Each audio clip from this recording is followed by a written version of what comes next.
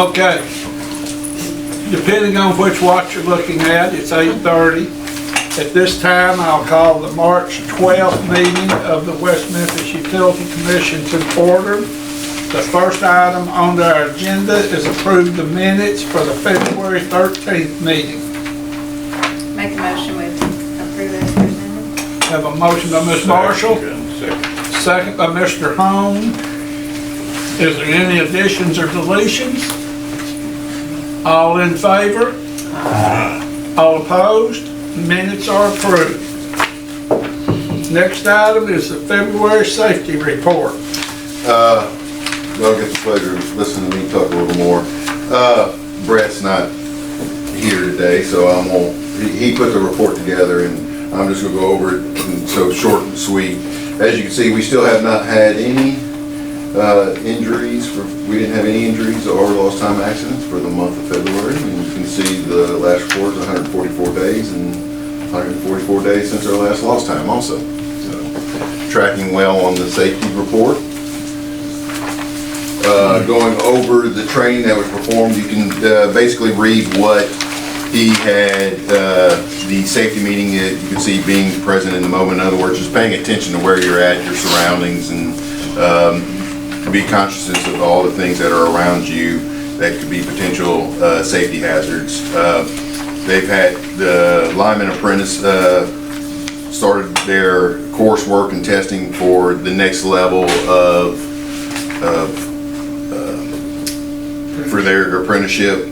The water license people, our water people, we've ordered these material and we've started to implement them doing the correspondence course through California State University to help them with potential passing of the test. And Brett went through the material. It looks like if they learn this material and understand the material through this correspondence, he thinks they'll do very well on the state test. And then our employees are continuing to work on, our new employees, some of them, are continuing to work on their skills portion of their CDL. Any questions there? Any questions? Next item is the personnel update. Okay. And there was a typo on this.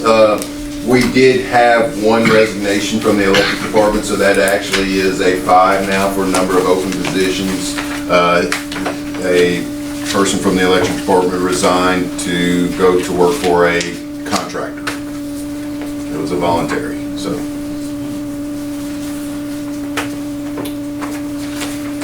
It was a 3rd-year apprentice.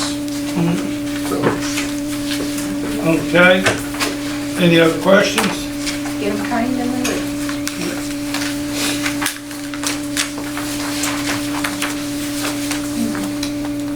Next item is approval of bids for pump station number 15.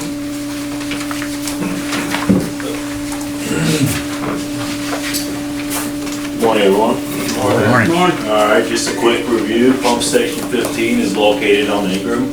Those pumps have been there for over 20 years, and during wet season, those pumps can't handle that flow that's coming into that station, and pumps need to be replaced. And what's included in the rehab is 2 new pumps with controllers, and just demolish the existing pumps and controllers, setting up a bypass and all that stuff. Are they gonna be bigger pumps? Yes, they're supposed to have 15 horsepower pumps. What we have there, I think 12, so we did assessment on it before we did the upgrade, so.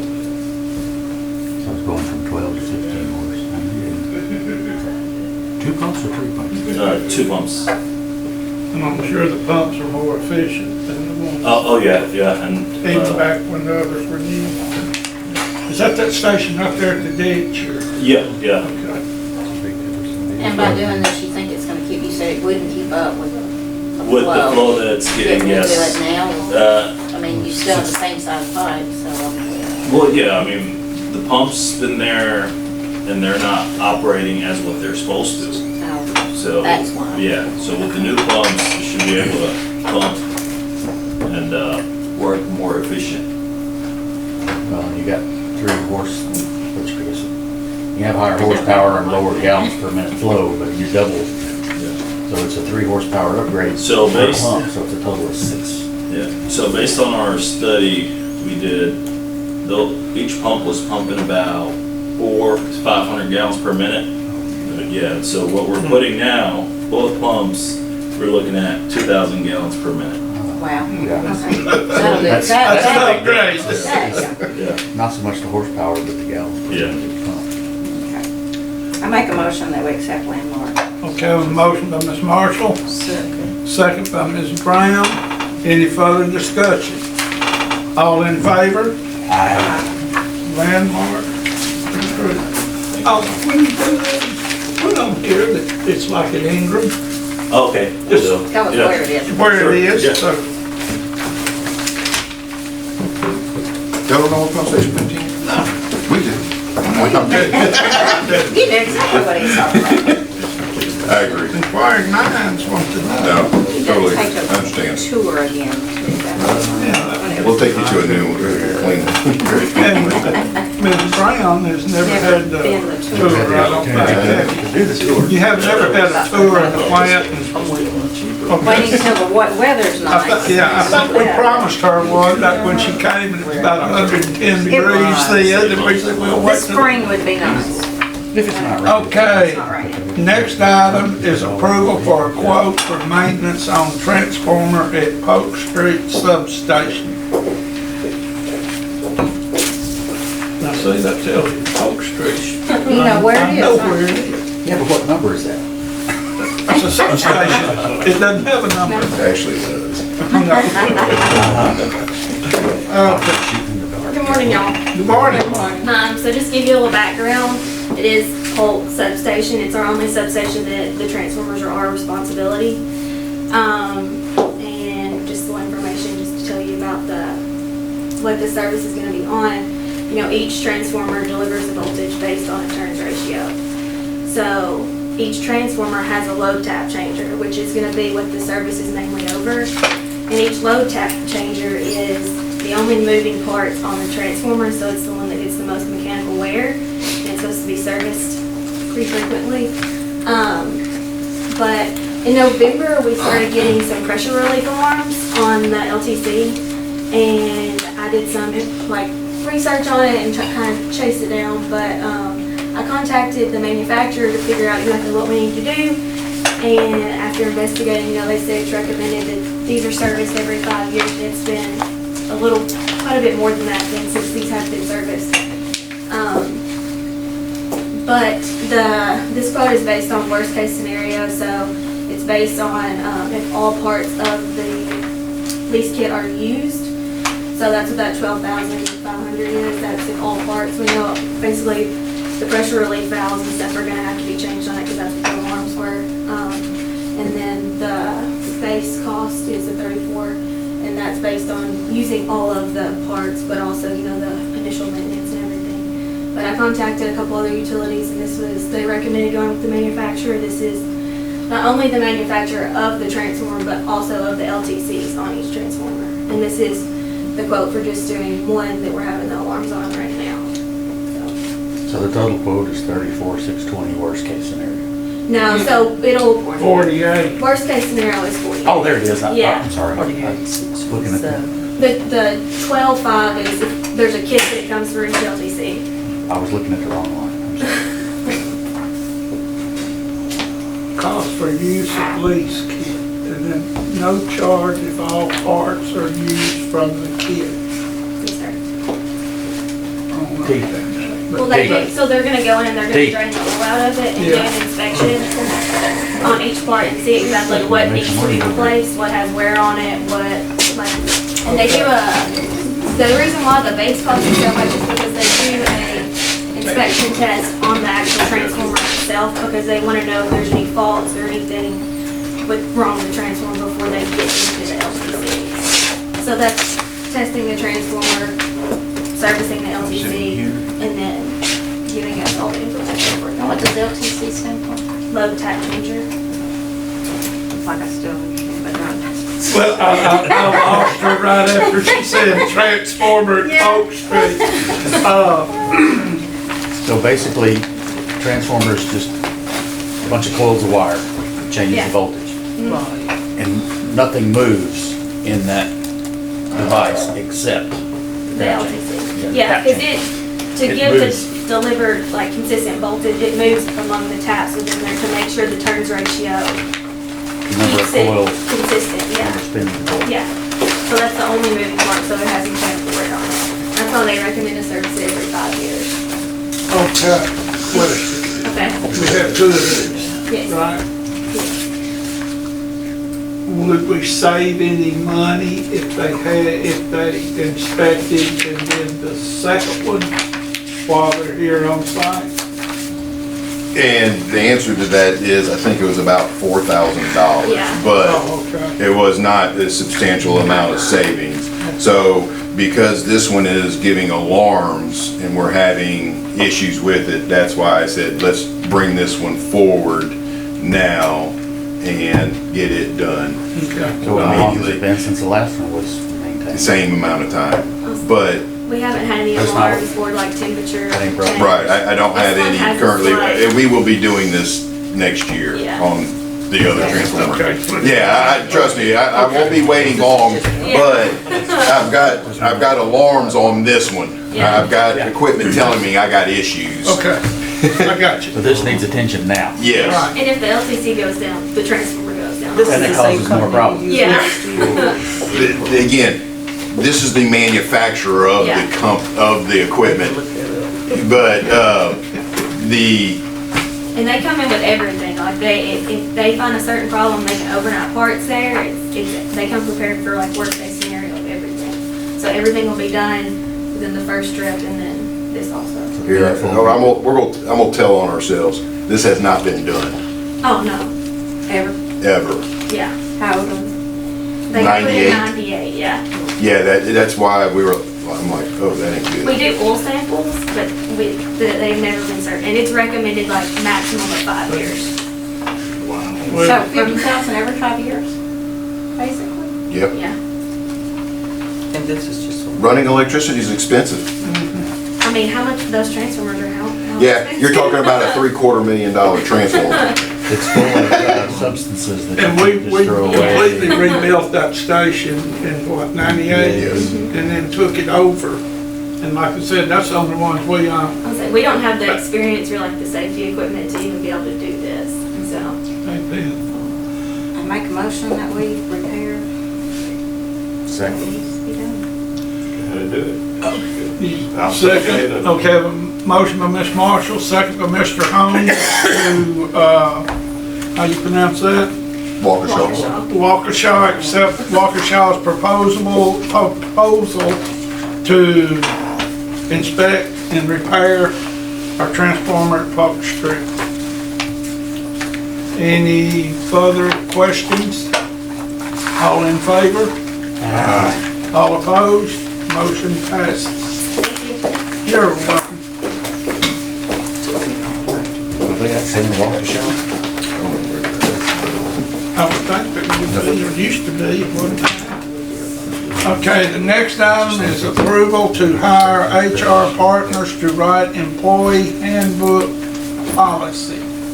Okay, kind of let you know what this is, as I said, talked about last month, we are initiating, doing a employee handbook. I've been in discussions with Ms. Coleman, but this is the same company who wrote the job descriptions for the utilities.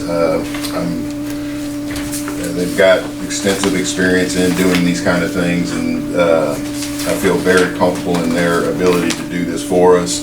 As I said at the last meeting, we're going to write this, and I'm working with Ms. Coleman in the fact that, yes, this could be a city-wide employee handbook, but it could not be, because an employee handbook that is written for all other employees would have to be approved by city council.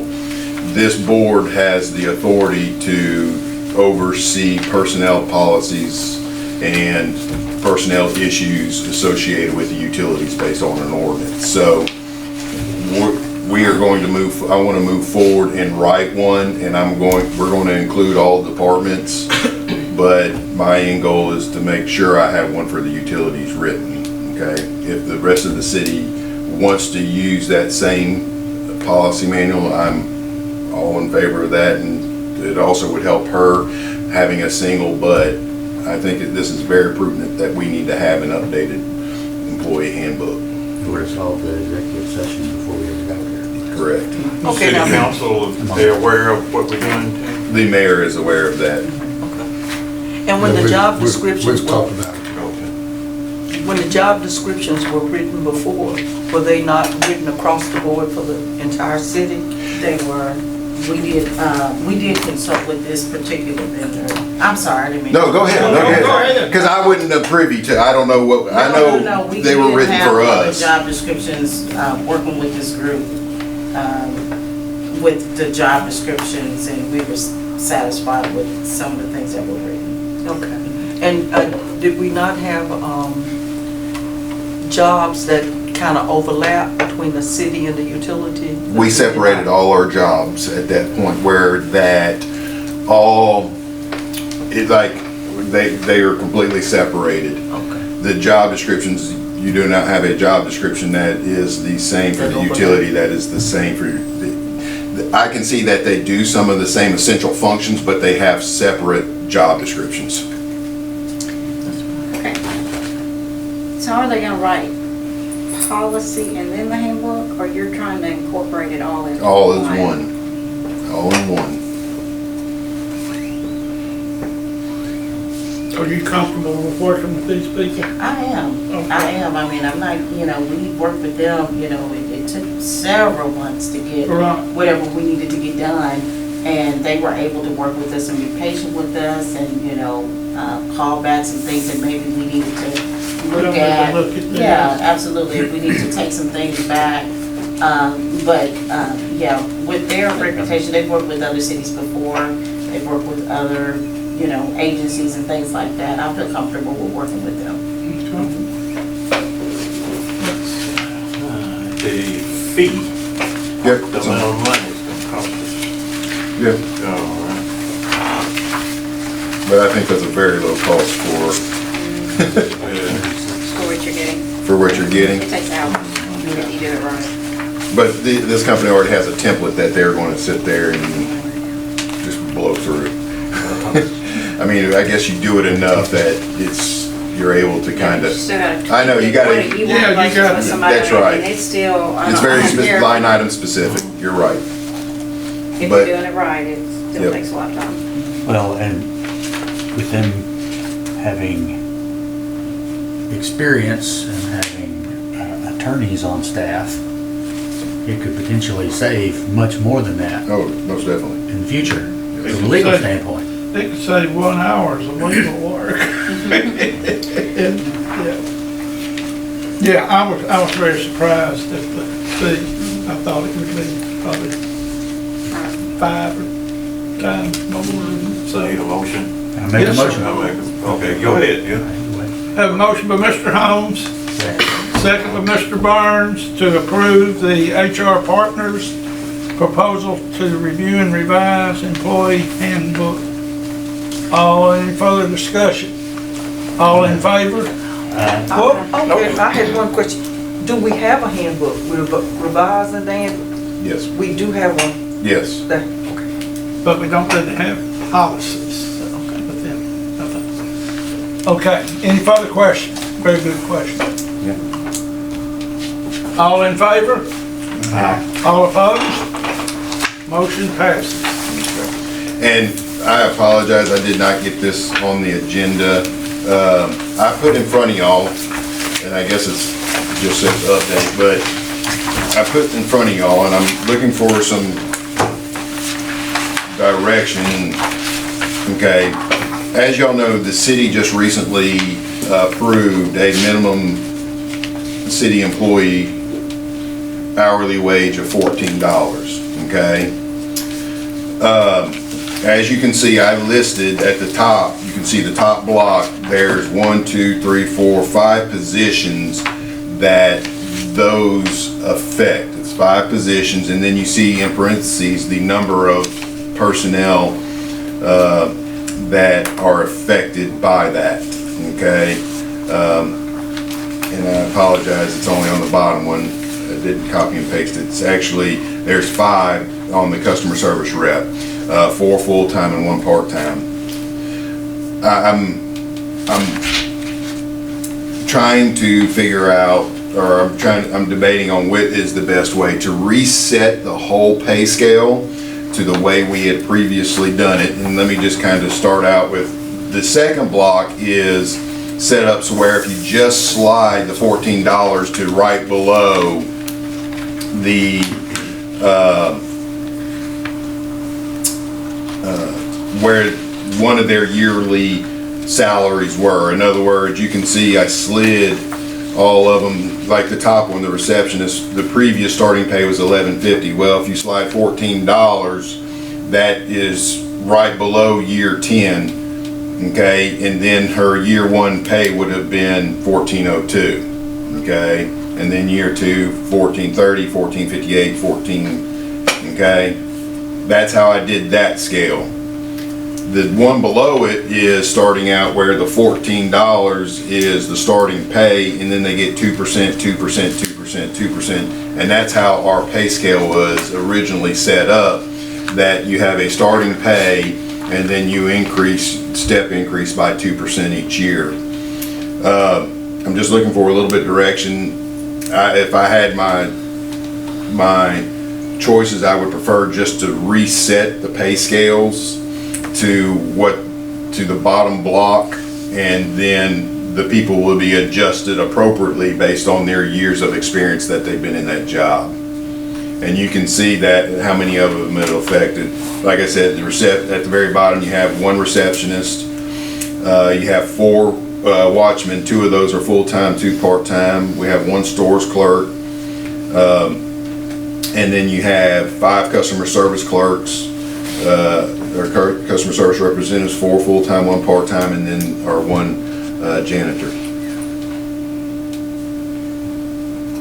Are each of these, is it what, 1 plus 4? 5, 6, 10, 11. So are all these positions currently filled right now? Yes. Do any of them, I mean, how long have they been in that? Some of them will go, I can tell you, some of them will immediately top out. But Some of them will get shifted somewhere, then they go to top out. because no matter what, they're gonna get a pay raise. I was just looking at, a receptionist used to take, to get to $15 an hour, used to take 14 years. Yeah, that's Now it correct. takes 4. That's correct. Now it's at 4 years. I don't disagree, it'll be 4 years. That's, I mean, I'm not changing the top pay, I'm changing the starting pay. It doesn't mean a lot to the part-time people get the $14 Because an hour. they're, yes, based on, because I can tell you that our part-time watchmen in those positions are, I mean, I've always considered them part of the staff. I mean, they're actually, They're full-time, part-time. that's correct. Okay. Permanent part-time. Yeah, they're permanent part-time, unless we eliminate the position Since we've completely. got I her, guess you want to look at the one that would be most advantageous to our employees. Which one would? The most advantageous to them is the bottom one, but it also, what I like about the bottom one is that it also sets the pay scale set up like all the others had previously been set up. You know what I'm saying? So it's universal. So it's like, 'cause Everybody gets a Everybody gets the pay. same. because if I go to the middle one and say, okay, that's where it is, we'll set your pay scale up that way. If I hire a new one, you know, that very first year, you can see, you know, somebody, you know, somebody could get a 2-cent raise. If I lose a watchman and that after 1 year, they're gonna get a 2-cent raise. I don't think that's not good. that's not the way it needs to be set up. It needs to be set up so where it follows the pattern of how all the others were set up previously that are in this position. are you comfortable with this? have you looked? I don't think she's looked at this. Okay. No, she has not looked at this. This came about, I guess Thursday it got approved, and then I started going, oh my goodness. Start working with. Well, and the problem is it takes effect before our next meeting, and Right. I was actually out of the office Monday and Tuesday. I'm burning vacation. And, I mean, I've seen it. but again, it's just an adjustment that we have to do. Yeah, I'm a keep it simple person, a KISS person. If this is the simplest way, it continues what we've been doing, I'm all for that third option. As long as it doesn't step on anybody's toes that's currently working. It's Right. gonna step on their toes because you're not raising the other 100 employees. Everybody gotta raise that again.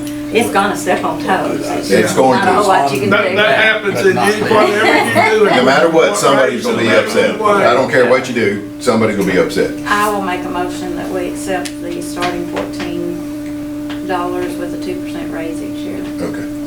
Have a motion by Ms. Marshall, second by Mr. Bruce. Any further discussion? All in favor? All opposed? Motion passes. Thank you.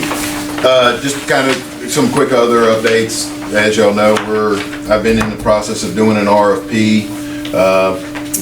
Last month I told you that we had narrowed it down to 2. We are still continuing to do contract negotiations with those parties involved. One of the things that I kind of want to bring up is that April, the first Thursday of April, I might need to call a special session of this board because we'll bring it to y'all first, or the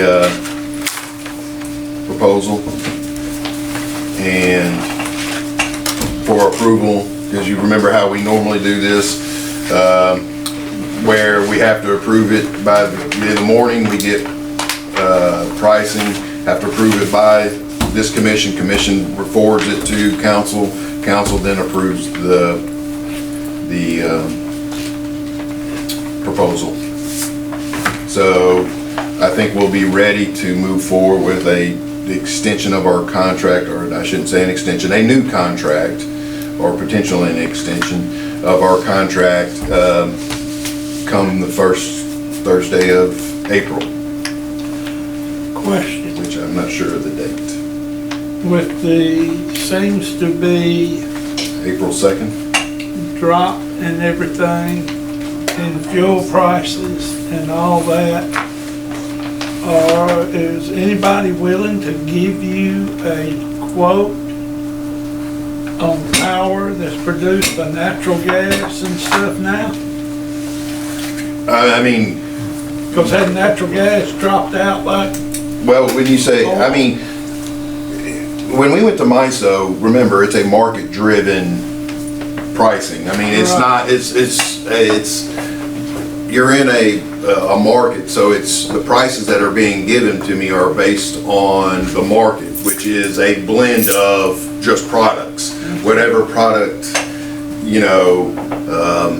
provides them the cheapest price is what they're providing the pricing at. I mean, now, does natural gas drive the market right now? Yes, it does. I mean, just because natural gas prices it's become the largest, it is now producing more megawatt hours than coal is, if I remember correctly, because of where the pricing is.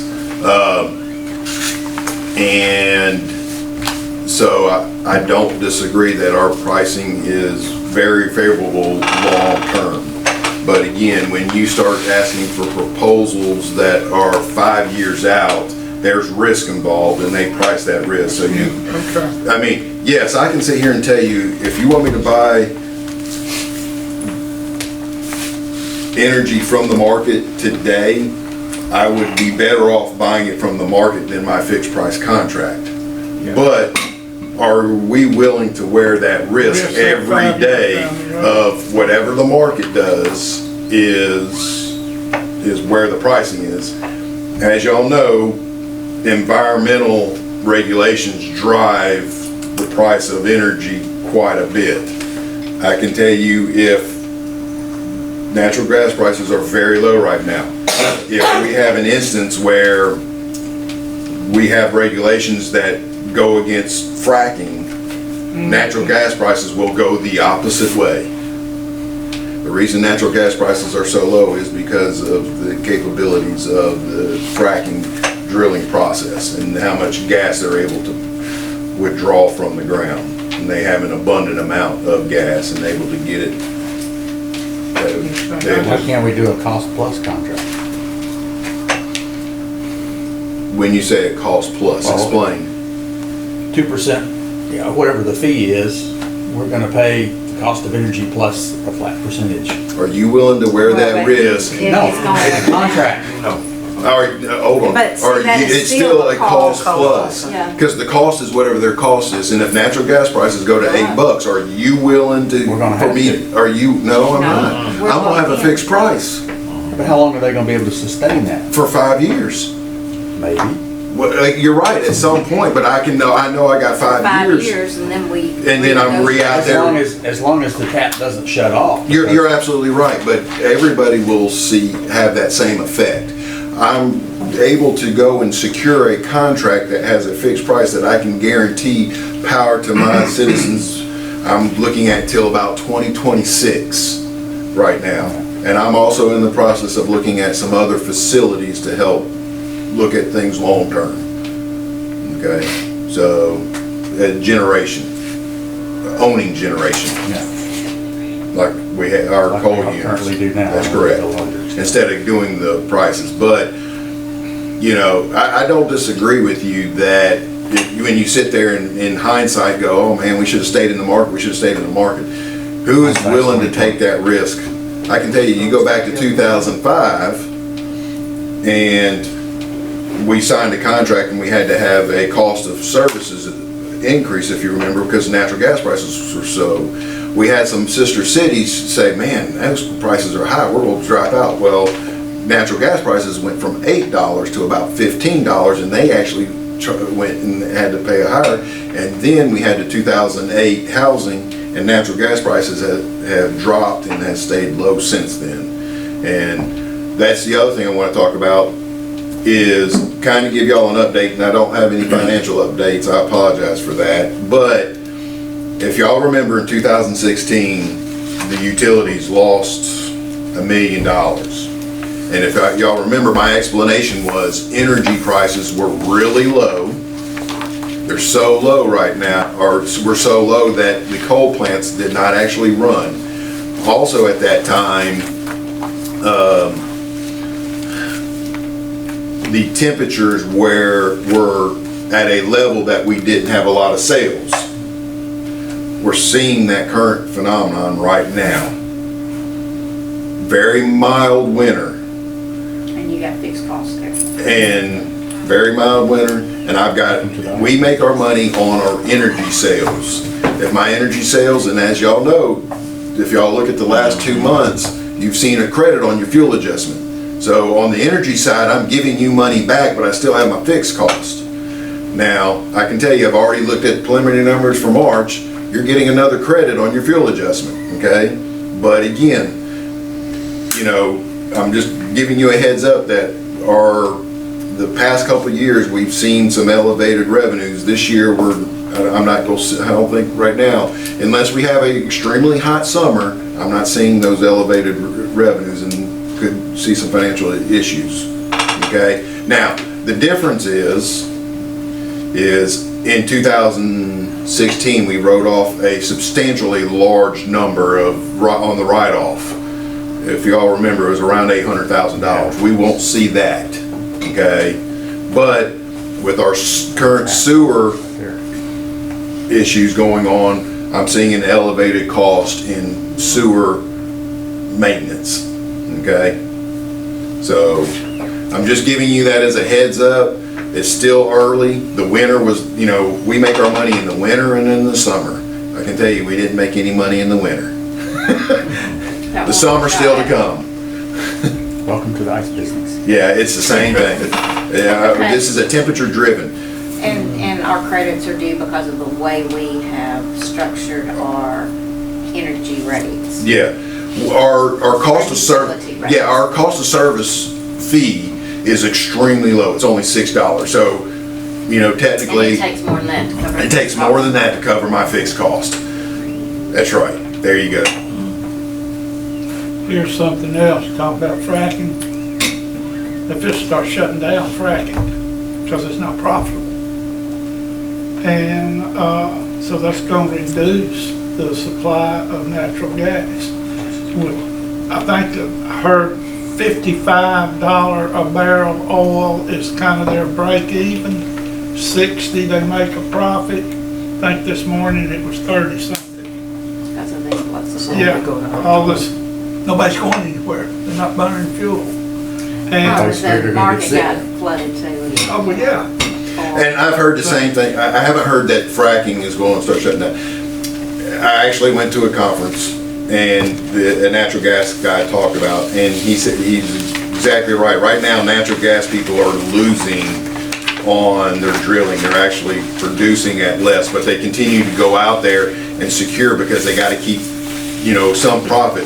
The question is, who's going to be the first corporation to say, okay, I'm going to stop drilling and then kill my supply chain and stop revenue coming in and not have, you know, it's one of them things that I think they don't want to be the one that pulls back and stops drilling, and then the price goes up, and oh, I'm not drilling anymore. So the people that stayed in the market are now seeing the price increase, and they've got to start back, and Well, they'll But there was lose. also fixed costs But, established. and there's also a lot of wells that have been drilled that they're not pulling anything out of.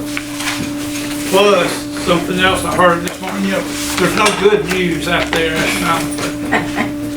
$200 billion worth of loans to the fracking industry is coming due next year. So, they were all good as long as it's like a snowball. But, you know, we have to face it. But I'll say this, again, I think the RFP is, I think we're going Go to, for it. I think it's going to be very good that we'll be able to extend the pricing for our customers and residential on our electric rates to have stable rates to 2026, is what it appears, and potentially even further, if we can maybe do some more as we get into the negotiation and get further. Again, and you're talking on our electric rates, the second lowest residential electric rates in the state. So, What would that monthly guesstimate price, what would cover our fixed costs? I don't know that number off the top of my head. Okay. I know what you're asking, I don't know that number off the top of my head. Maybe someone look at it. Yeah. And that, as we go into a new contract, that's something we'll probably have to look at restructuring. If the way our contract is administered is different. Anybody have anything else? Like to thank all y'all for being here this morning. Appreciate your input. Mr. Ross, Come on, the need there. have a motion, Mr. Ross, to adjourn, second by Ms. Marshall, all in favor? We stand adjourned.